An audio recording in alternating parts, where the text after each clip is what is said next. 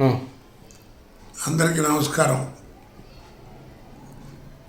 ప్రేక్షకులందరికీ నా ఉగాది శుభాకాంక్షలు. ఏం లేదండి, ఎందుకు మాట్లాడుతున్నానంటే ఎవరో సోషల్ మీడియా దాంట్లో వేసాట నేను పోయానని, కోట శ్రీనివాసరావు దుర్మారణం అని. అలాంటి వార్తలు నాకు తెలియదు. పొద్దున్నే తెల్లారితే పండగ ఏంట్రా ఏం చేయాలి రేపు అని ఇంట్లో ఏదో మాట్లాడుకుంటే పొద్దున్న 7:30 నుంచి ఇప్పటికి కనీసం నేను మాట్లాడాను ఒక 50 ఫోన్లు. నాకు ఇస్తే బాగుంటుందని వాళ్ళు వీళ్ళంటే అంటే మా కుర్రాడు మాట్లాడాడు. ఎన్ని ఫోన్లు వచ్చినాయో నుండి.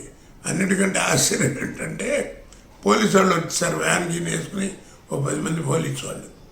ఏంటంటే ఏదో తెలిసిన ఆయన కదా, పెద్ద ఆయన 10 మంది వస్తారు, పెద్ద వాళ్ళు, అందుకని సెక్యూరిటీ వచ్చేవాడిని అన్నారు. నేను మాట్లాడితే వాళ్ళు అరే ఇదేంటంటే మీరు మమ్మల్ని అడిగితే అలాంటి దయించి మీరే కాస్త చెయ్యండి, ఇలాంటివి అరికట్టండి, లేదా కాస్త పెద్దవాళ్ళు ఉంటే గుండె చచ్చిపోతారు అని చెప్పాను.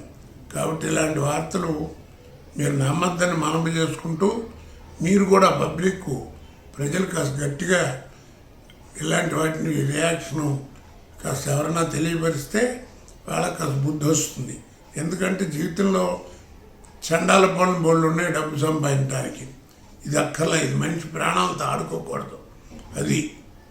నమస్కారం.